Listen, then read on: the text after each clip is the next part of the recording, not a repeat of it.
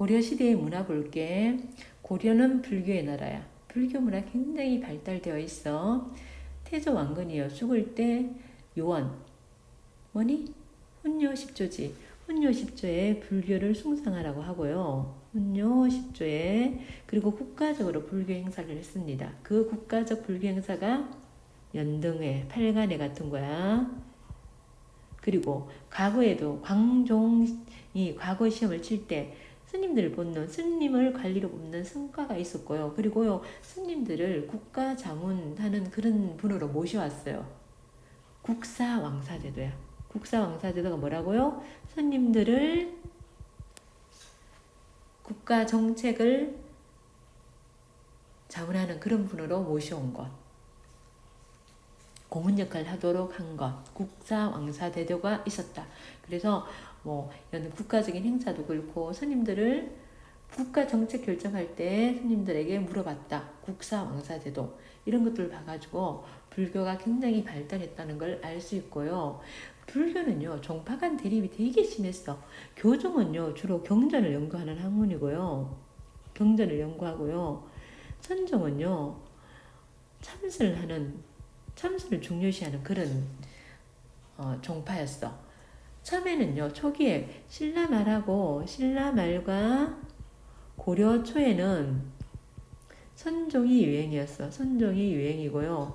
그러다가 문벌 귀족이 성장하면서 이제 교종 세력이 커지게 되면서 교종 세력이 지금 더 커진 상태야. 커진 상태에서 교종을 중심으로 선종을 통합하려는 운동 아주 중요해. 누구냐면 의천 스님이야. 의천은요 왕자이기도 해요. 의천 스님이요 종파 천태종을 창시해서 이게 정기야. 창시해가지고 교종 중심으로 선종을 통합하려고 합니다. 선종을 통합하려고 하면서 교종이 먼저지, 그지? 교, 관, 겸, 수. 교종은 뭘 중요시한다고? 경전 연구를. 경전을 공부하면서 겸해서 수행도 하자. 참선도 하자. 교관, 겸수를 주장합니다. 뭐 중요하다고?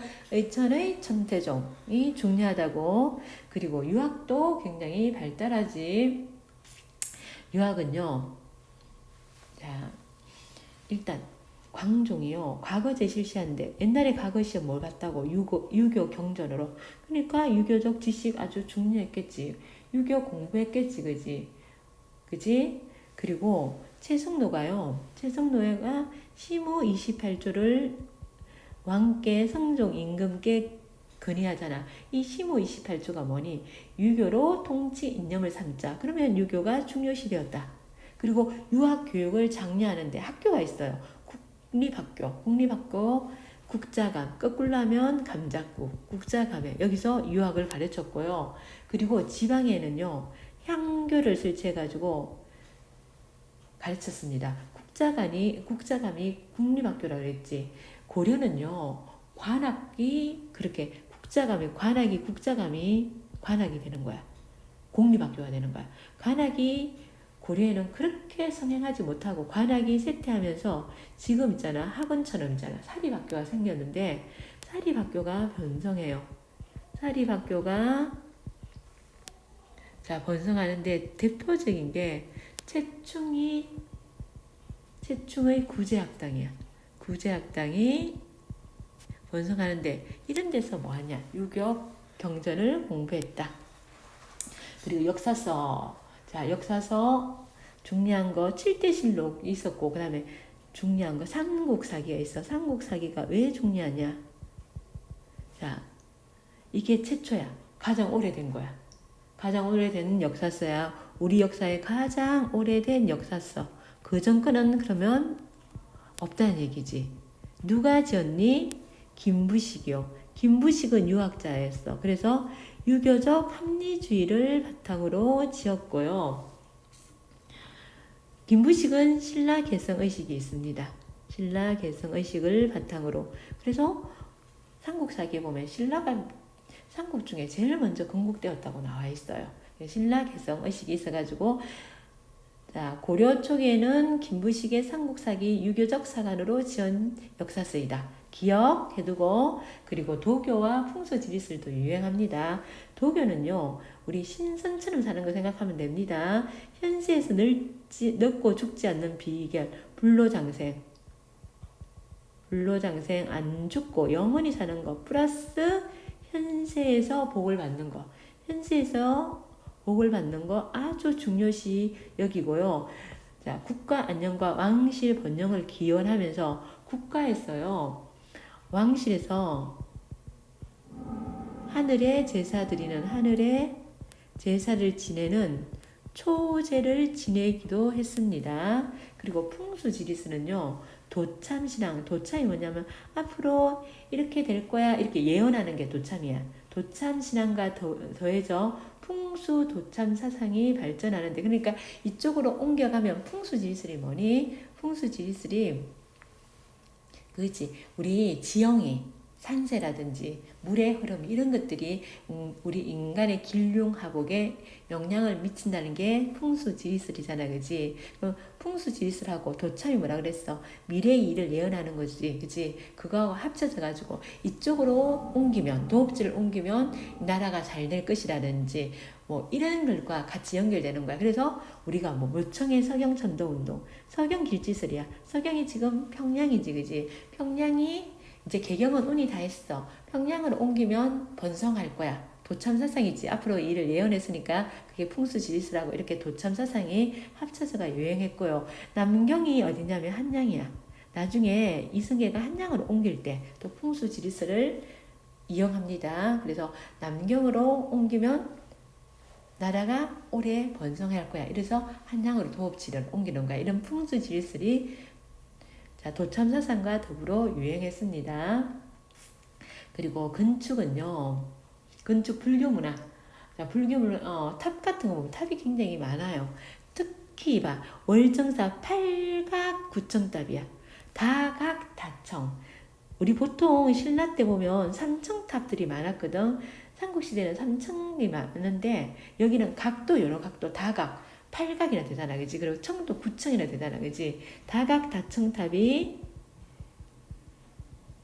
고려시대에는 유행하고요. 그리고 철, 돌, 금동 등 다양한 재료를 이용해서 불상을 제작하는데 초기에는 엄청 큰 그런 거대 석불들을 석불 돌로 우리 뭐 산 전체에 돌을 깎아가지고 석불을 만드는 왜 호족들이요. 처음에 여기는 호족들이 세운 나라잖아, 그지? 호족들이 자기 세력을 가시하기 위해서 엄청 큰 불상을 세워가지고 불상으로 만들었습니다. 그 거대 석불들이 엄청 많았고 고려는 귀족 문화야. 고려 무슨 문화? 귀족 문화야. 뭐 탄영 같은 서예 글씨를 잘 쓴 사람이 있었고 불교 중심 문화가 불화가 굉장히 많이 그렸고 중국의 음악에 전통 음악이 같이 유행했고 그리고 귀족 문화라고 했지. 귀족 문화 대표적인 유물이 뭐냐면 고려청자가 있어요. 고려청자는요. 우리나라 순수 이거 아니고요. 처음에 송해 기술을 받아들여요. 송해의 기술을 도입해가지고 기술을 도입해서 이제 고려만의 독자적인 게 나오는데요. 11세기는요. 비색이 옥색 푸르스름색 그게 비색이야. 비색에 무늬가 없는 순청자가 유행하다가 12세기에는요. 12세기 이후에 우리 이렇게 상감청자 우리 무늬 연거 있잖아. 흙을 파고 무늬 연거 있잖아. 이게 상감청자가 고려만의 독특한 기법이지. 상감청자가 유행하고요. 그리고 이제 몽골과의 전쟁 이후 원이 들어온 이후에는 이제 이 상감청자가 쇠퇴합니다. 쇠퇴하고요. 그다음에 고려 말에는 분청사기 이게 조선 초까지 분청사기 약간 투박해 보이는 거야. 분청사기가 유행합니다. 그리고 이제 여기 봐봐. 청동 은입사 표류 은을 입혔대요. 은을 입혔으면 얼마나 좀 비쌀 것 같은데 가면 안 되니? 그러니까 이거 귀족 문화구나. 이거 귀족 문화하고 연결되구나. 이렇게 생각해 주시면 됩니다. 그리고 이제 고려 전기가 그렇고 고려 후기 볼게요. 고려 후기는요.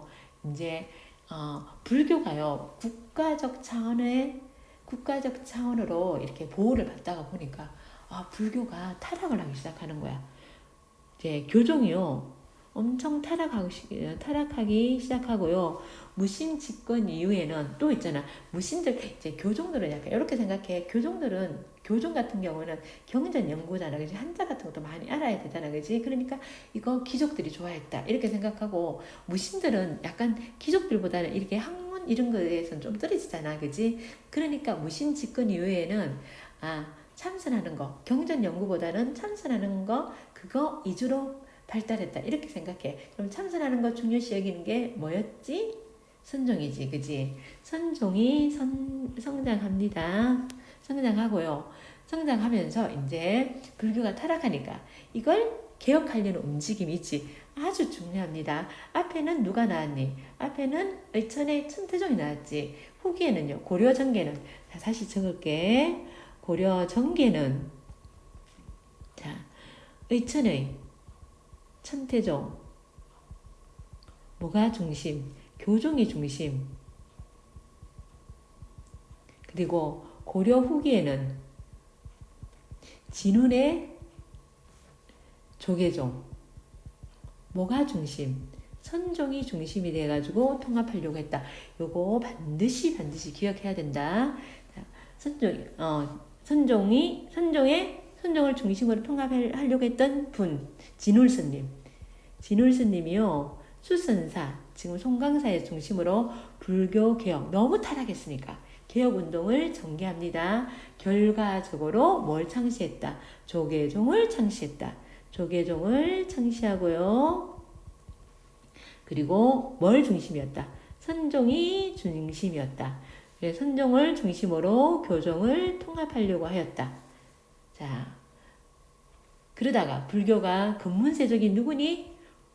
원과 손을 잡은 세력들, 근문세적이지, 그지? 근문세적과 왕실과 연결되어 가지고 불교가 너무 부패합니다. 그러면서 불교를 비판하면서 뭐가 들어왔다? 성리학이 들어왔다. 자, 성리학은요, 누가? 신진사대부들이 불교를 비판하면서 받아들인 거고요. 자, 신진사대부들. 그러면 성리학이 뭐냐? 성리학은요, 인간의 심성, 우주의 원리, 이런 것들을 탐구하는 학문이야. 충렬왕 때 들어와서 고려 말에 충렬왕 때 누가 안향이라는 분이 전례를 했고요.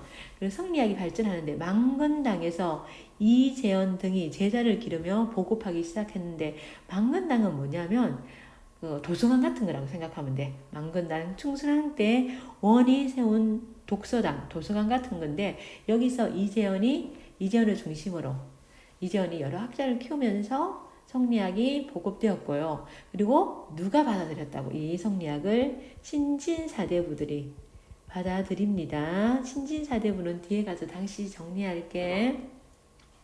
그리고 인쇄술, 자, 우리 여기서 목판 인쇄술 빼놓으면 안 돼요.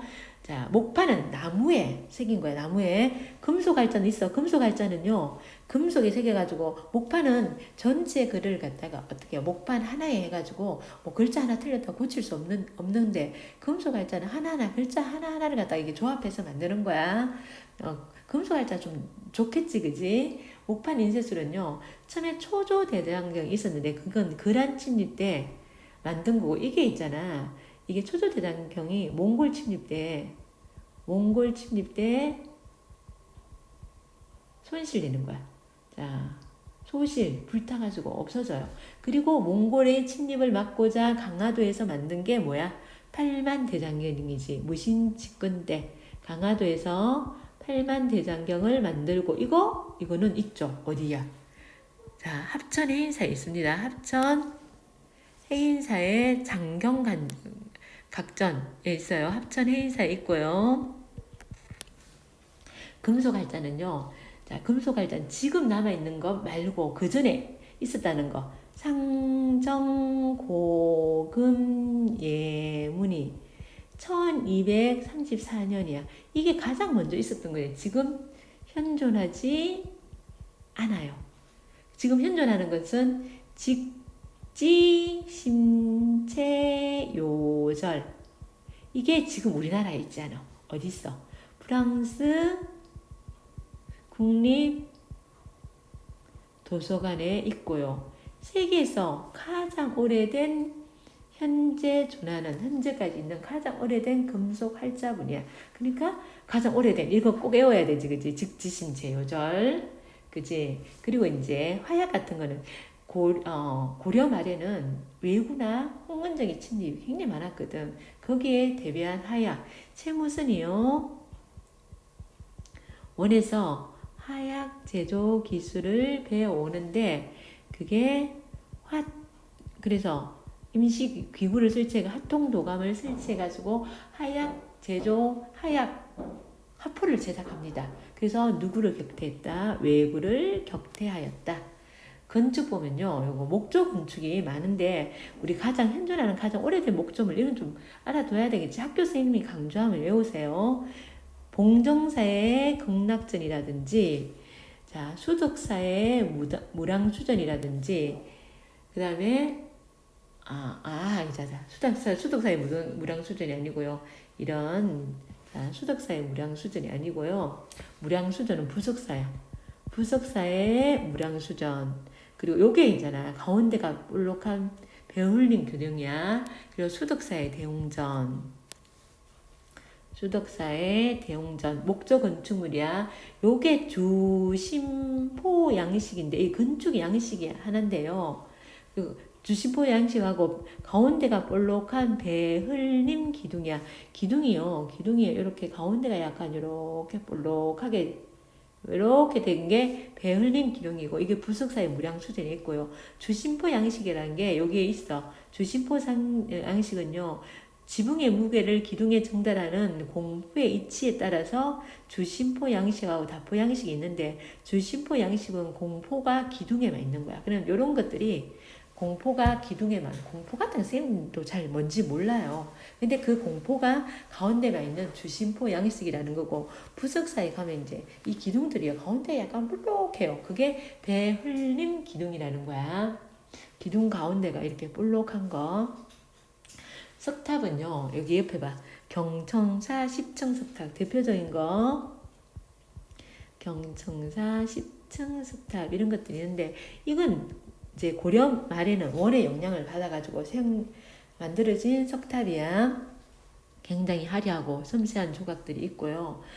회화, 불교 이제 불교의 영향을 받아가지고 불화가 부처님의 그린 거라든지 불교 양식, 불교 그림, 수월 가름도 이런 것들이 헤어의 수월 가름도 이런 것들이 많이 그려졌고요. 그리고 이제 그림도 유명한 그림 있어요. 공민왕이 그린 천산대렵도, 공민왕이 아니고 왕이 그린 천산대렵도 이런 그림들이 유명합니다. 그리고 역사서는요. 자, 역사서 보면 우리 앞에 뭐가 있었니? 삼국사기가 있었지, 그지? 자, 삼국사기 누가 지었니? 삼국사기 김부식이 누구 중심으로? 신라 중심으로 유교 양식, 유교적 사관이었지, 그지? 여기에 이제 반대되는, 자, 이게 고려 전기지, 그지? 고려 전기, 우린 고려 후기 이제. 무신정변하고 몽골 침략 등으로 사회가 굉장히 혼란해가지고, 우리 어떻게 해요? 이렇게 사회가 혼란하고 누가 쳐들어오면 우리 쪼그라들잖아, 좀. 그지?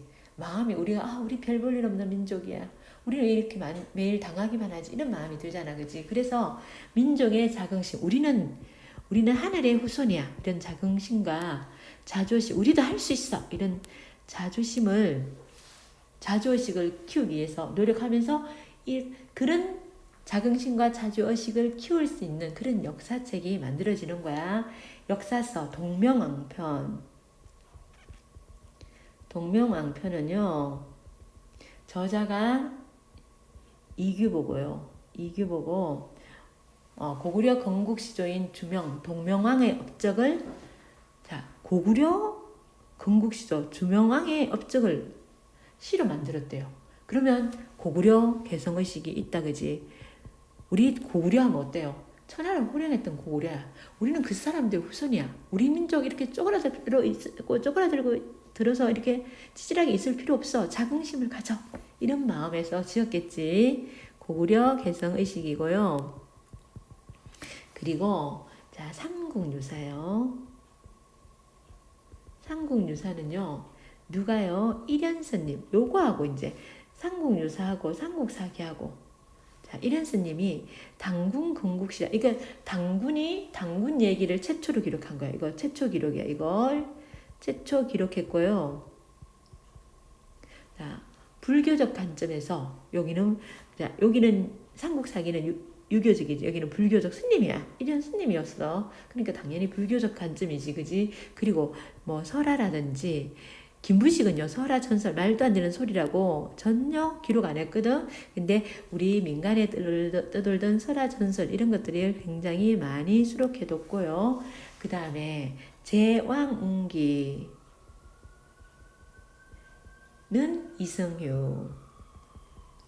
이승유고 당군 조선을 우리 민족 최초의 국가로 기록했습니다. 최초로 국가로 인식했고 그러면 어떻게요? 당군 조선, 당군이 우리나라 최초의 나라다. 이런 인식이 있었던 거고 그 다음에 하나 더 적으면 사략이라고요. 이재현이 지었어요. 사략. 이재현이 지었는데 이재현 어디 있으나 우리 한번 올라가 볼게. 이재현 우리 여기에 승리할 때 망건당에서 연구한 이재현 이렇게 있지 그지? 이재현 여기 있다 그지? 이재현이요. 자, 성리학적 그러면 성리학 연구하신 분이니까 성리학적 역사관을 바탕으로 지은 역사책이야. 여기까지 하고요. 수고하셨습니다.